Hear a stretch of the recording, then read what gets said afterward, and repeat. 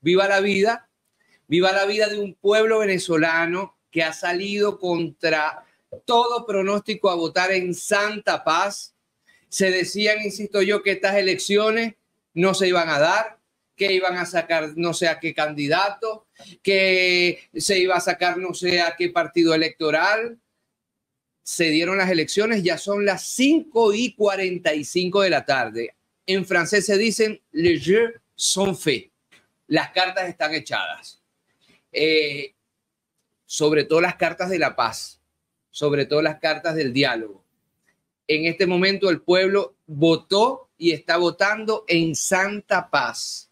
Y aquí tengo, para seguir con este encuentro de grandes amigos, aquí estuvo Juan Carlos Monedero, Sacha Llorenti acaba de ir, Capote, Ramón Torres, está por ahí ya Luis Brito García, acaba de llegar a nuestros estudios. Estoy viendo a Germán Campos por allá, encuestador con reputación. Estoy viendo a Buen Abad, pero tenemos ahora la visita de una de las estrellas de la Iguana TV, uno de los pilares de la viralidad de este programa. Tenemos aquí al gran periodista Eligio Rojas, de los famosos Tubazos. Eligio, hermano, bienvenido.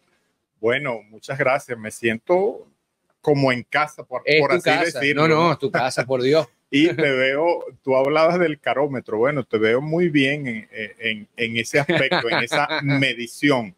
Fíjate que tú mencionabas algo allí que me recuerda mucho la época de la precampaña y de la campaña. Yo tuve la oportunidad de acompañar al presidente Nicolás Maduro en esa, como él lo llama, en esa peregrinación. Y una de las cosas que me impresionó, yo no había cubierto campaña electoral así de esta forma. ¿Tú estuviste en todos los actos? En todos los actos. ¿Cuánto actos. duró?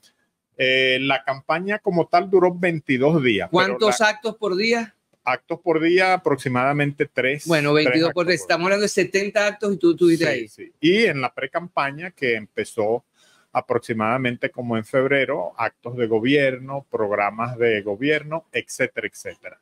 Pero en la campaña propiamente, en los 22 días, y en la pre-campaña, en la campaña propiamente, la gente le lanzaba muchas cartas al presidente. Entonces nosotros, un grupo de periodistas que estábamos haciendo un documental, una de las preguntas que me hacía una de las colegas era qué significaba para mí esa proliferación de cartas que le lanzaba los seguidores al presidente Maduro. Yo les decía, bueno, se están jugando la última carta. Porque el presidente, qué bueno.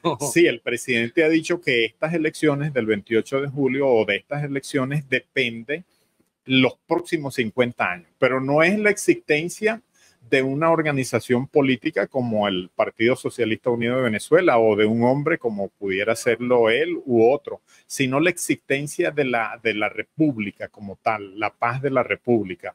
Porque la cosa se ha planteado en dos polos y él lo ha descrito, lo describió muy bien en sus interacciones de la precampaña y de la campaña, los dos polos. Aquellos que quieren revivir el odio y que quieren cabalgar sobre esa resurrección del odio y aquellos que apuestan por la paz de Venezuela. Esos son los dos polos que concurren hoy a las elecciones, que ya están por fenecer la jornada, 6 de la tarde, si es que el CNE no hace una prórroga.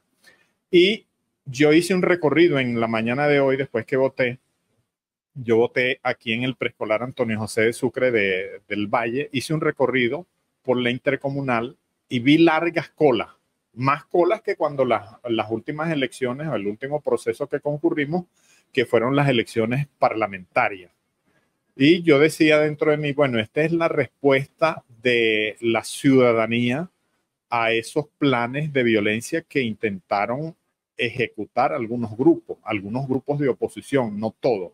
La ciudadanía se paró firme y dijo, no toleramos que a este país se le vuelva a embarcar en una caotización. Esa palabra la he utilizado yo en el programa para describir lo que pasó con la operación anticorrupción. Bueno, no quiero encadenarme. No, por favor, todo lo contrario. Mira lo que me está llegando en estos momentos. y cae como un anillo al dedo porque es tu fuente, es tu Ujú. fuente. Esto lo escribe, bueno, la renombrada periodista Erika Ortega Sanoja, que fue Ujú. entre otras cosas corresponsal hasta hace poco de RT, DRT, sí, aquí en la Venezuela. conocemos. Y muestra la prueba, ya nosotros lo estamos editando para publicarlo en laiguana.tv. Te leo el mensaje. Ujú. Denuncia, coloca en mayúscula, me envían video del municipio Los Alias. Tú después nos dirás Altos Mirandinos. la actividad que tuvo en las Sí. guarimbas. Estado Miranda, 2 puntos, amenazas concretas contra el chavismo en el Arco de El Limón, en medio de la elección presidencial, y están lanzando unos volantes donde, bueno, aquí no lo puedo mostrar en pantalla porque está pequeño, pero unos volantes donde ya se comienza a amenazar al chavismo. ¿Qué futuro tiene? ¿Qué futuro tiene este tipo de acciones después de una jornada como esta? Y si me permites, hago también, le pongo un elemento más. Ayer a eso de la 1 de la mañana se trató hace 2 días con el tema de los supuestos invitados internacionales que invitados no eran. Después, bueno, las amenazas con un blackout informativo mediático. Pero ayer a la 1 de la mañana comenzó un grupo a sacar gente a la calle para dar la sensación de que estaban desesperados por votar. Fue una jugarreta que las mismas comunidades desmontaron. Ahora comenzamos a ver estos volantes. A mí se me parece mucho a las amenazas paramilitares, ¿no? que suelen usarse en la frontera. ¿Cómo ves tú esto? Yo ¿Es tu creo, fuente? sí, yo creo que eso no tiene futuro alguno y te lo decía en el comentario inicial, porque la sociedad venezolana se paró firme esta mañana y durante el transcurso de la tarde contra esos proyectos de violencia. Lo vimos en las largas colas. Esas largas colas no eran para trancar calles como en el 2014, en el 2003 o en el 2017. Eran para ir a ejercer el voto. Es una respuesta a esos grupos. Esos grupos no van a tener la respuesta de la calle que tuvieron en esos años. Yo no la veo. No veo que la calle esté respondiéndole a esas sugerencias de violencia, porque esas sugerencias de violencia empiezan poco a poco. La vimos lo hemos visto en los distintos episodios. 2014. En las 2014 los vimos. Y 2017. Fíjate, sí, fíjate, Miguel Ángel, que es curioso que ellos utilizan los mismos espacios geográficos que han utilizado en el pasado. Los Alias, los Teques, Altos Mirandinos, fueron zonas muy conflictivas. Sí. Y precisamente esos panfletos a los que tú estás haciendo alusión y que la colega Erika Ortega lanzó por sus redes sociales, se distribuyen en Los Alias, un área que fue muy afectada con las guarimbas, las últimas guarimbas, las del 2017. Sí, correcto. Y pudiéramos sufrió decir, mucho ese municipio. esas guarimbas empezaron a principios de abril del 2017 y los primeros eventos fueron en esa zona del estado Miranda, los Altos Mirandinos. Luego tenemos el Táchira, que fue otra de las zonas por donde la violencia discurrió, bueno, de forma, imagínate, recordamos ¿cómo es que es? Los obstáculos que colocaban en la calle, que eran una cosa casi perfecta, que el entonces ministro del Interior, Miguel Rodríguez Torres, se trasladó, se instaló prácticamente en el estado Táchira para tratar de por lo menos abrirle un pequeño canal a alguna de las vías de comunicación como en guerra, pues. Sí. Un canal humanitario. Y ahorita el gobernador del Táchira precisamente está informando de la captura de varias personas procedentes de Colombia y que transitaban por esos caminos ilegales que nosotros conocemos como trocha. Aprovecho, no quiero desperdiciar la oportunidad para dar un tubazo. Ay, Dios mío. El sábado estuve en el encuentro que sostuvo el presidente Nicolás Maduro con observadores internacionales y el cuerpo diplomático acreditado aquí en Venezuela. Allí, antes del inicio del evento, tuve la oportunidad de conversar con algunas autoridades venezolanas vinculadas a la seguridad ciudadana. Me comentaron, obviamente no podía desperdiciar esa presencia de estos funcionarios y les pregunté que cómo estaba la situación. me comentaron que había un grupo de aproximadamente entre 12 y 15 hombres que pretendían venir a Venezuela, pero que a las autoridades les sonó muy curioso y en Maiquetía los retuvieron, los interrogaron y todos decían que venían a hacer turismo. ¿Nacionalidades? Croacia, Reino Unido, España, entre otras. Pero les llamó mucho la atención a las autoridades venezolanas que ellos todos decían que venían a alojarse en un hotel de Altamira. No voy a mencionar el nombre para no estigmatizar a nadie o para no comprometer el nombre de algún establecimiento, pero todos iban a llegar a ese hotel de Altamira. Es muy curioso. Además ya tienen historia los hoteles de Altamira. Claro, por eso te decía que los grupos estos que promueven la violencia utilizan siempre los mismos lugares. Altos Mirandinos, Panfletos, Táchira, ingreso de personas, Altamira. ¿Qué venían a hacer esas personas? Un turismo que no supieron explicar y por eso su permanencia aquí en Venezuela o su ingreso fue declarado inadmisible. Una de las figuras que está contemplada en las leyes venezolanas para prever, para tomar medidas contra personas que pudieran causar caos, que pudieran causar desestabilización en un proceso electoral que el Ejecutivo Nacional ha tratado de que se realice en paz. Y cuando digo ha tratado, me voy a referir a dos eventos que prueban eso, no solamente con la participación del Ejecutivo, pero promovido del Ejecutivo, los acuerdos de Barbados. Correcto. Que se firmaron con un sector de la oposición ese que no quería elecciones, porque ya habían otros acuerdos que se firmaron con otro sector de la oposición.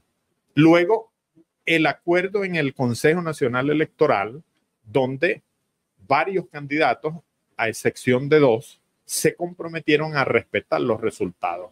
Dos documentos, dos eventos que te blindan el proceso electoral y que llama muy poderosamente la atención que hoy, cuando el presidente Nicolás Maduro va a sufragar a la Escuela Ecológica Nacional Simón Rodríguez, allí en Fuerte Tiuna, él nuevamente invita a los factores políticos que están participando en estos comicios a que se comprometan públicamente a respetar los resultados.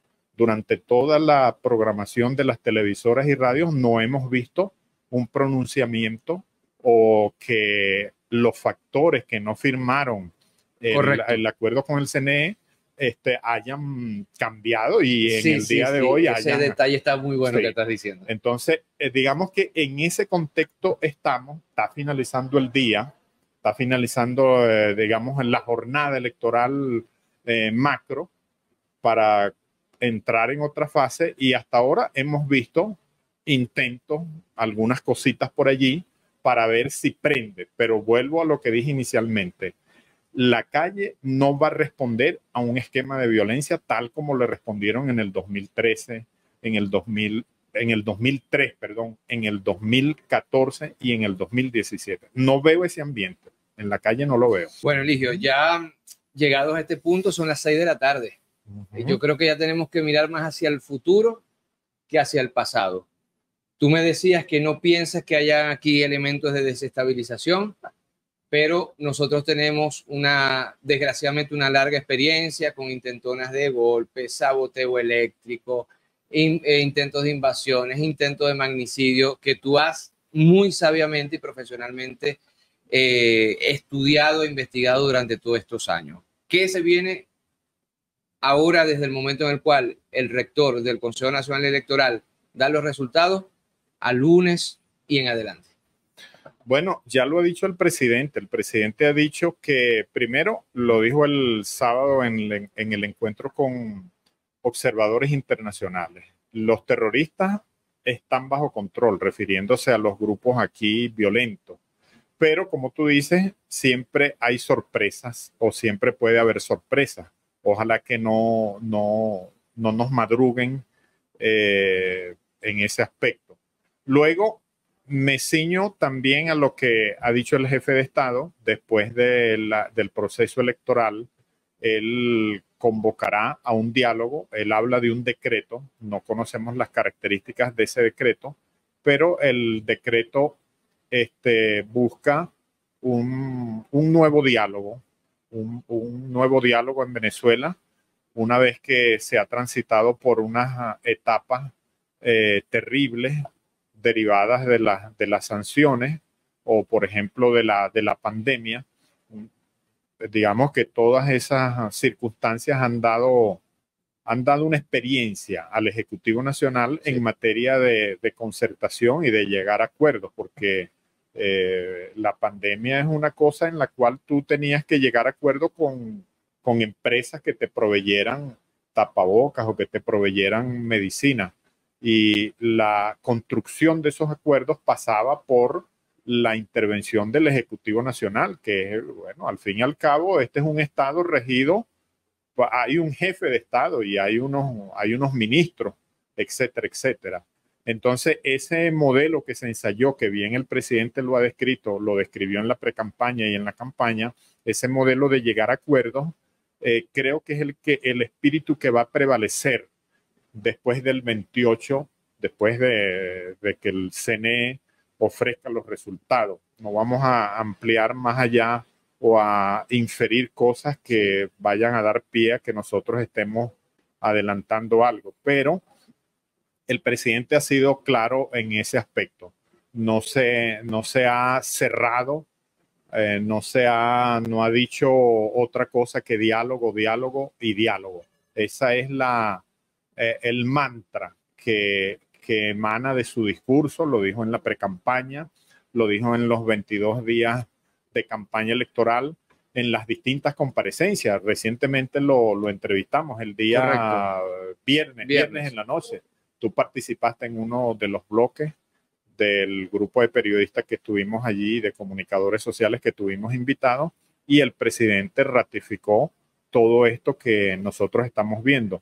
Nosotros podemos, como periodistas, interpretar que se viene una nueva etapa para el país, incluso para la misma oposición que se presentó dividida en estas elecciones, en estos comicios.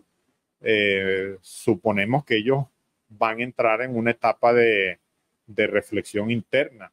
Suponemos, inferimos, porque ensayar o reensayar esquemas del pasado no les ha dado resultado.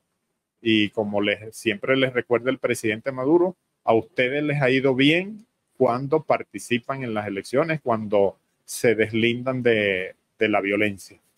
Bueno, te agradecemos en el alma que nos hayas acompañado en tu casa, además. Sé que tienes compromisos importantísimos, de los cuales nos seguiremos enterando a través de los medios sociales, de las redes sociales. Tu palabra para los venezolanos en estas pocas horas que faltan antes del cierre.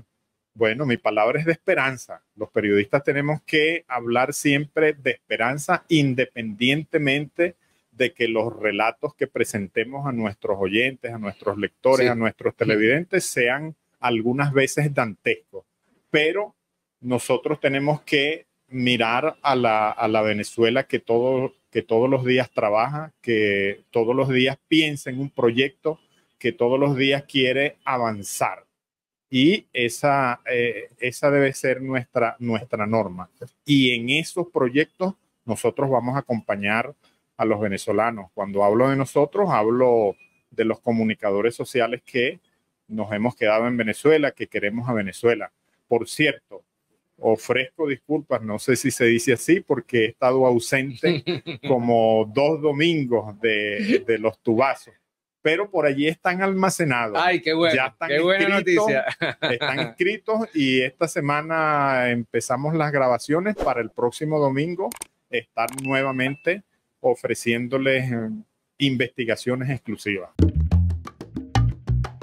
Laiguana.tv. La verdad hecha tendencia.